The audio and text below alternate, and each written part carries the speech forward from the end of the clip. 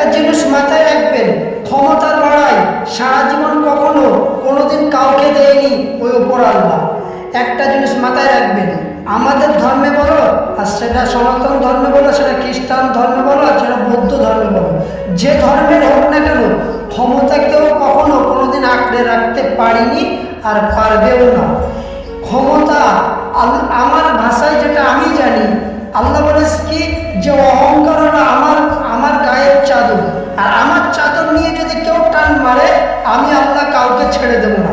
তা আজকে টুম্পা বলে মেয়েটা যে ক্ষমতা দেখাচ্ছে, আজকে বিজেপি সরকার ক্ষমতায় এসেছে বলে মুসলমানদেরকে নিয়ে যতটা ছোট করা, মুসলমানদেরকে নিয়ে যতটা পরিমাণে যে নিচু করা, এটা এমন একটা দিন আসবে এই টুম্পাকে যে রাস্তা পাবে না, পালাবার রাস্তা পাবে না। মাথায় রেখে দেবেন এই জিনিসটা। কেন জানেন তো?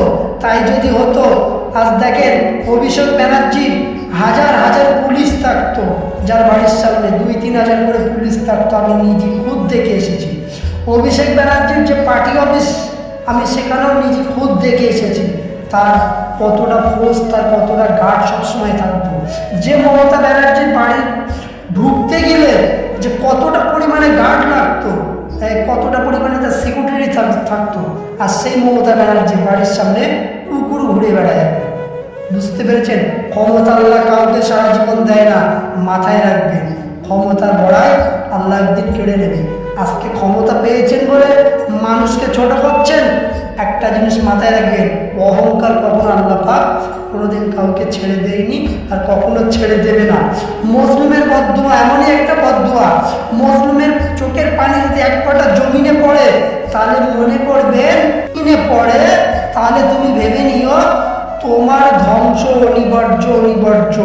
কেউ যদি আমার কাছ থেকে লিখে নিতে চায় আমি লিখে দেব, কিন্তু ওপর আল্লাহ ছাড় দেয় কিন্তু ছেড়ে দেয় না।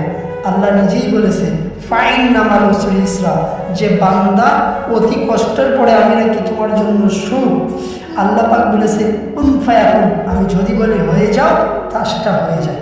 এটা মাথায় রাখবে।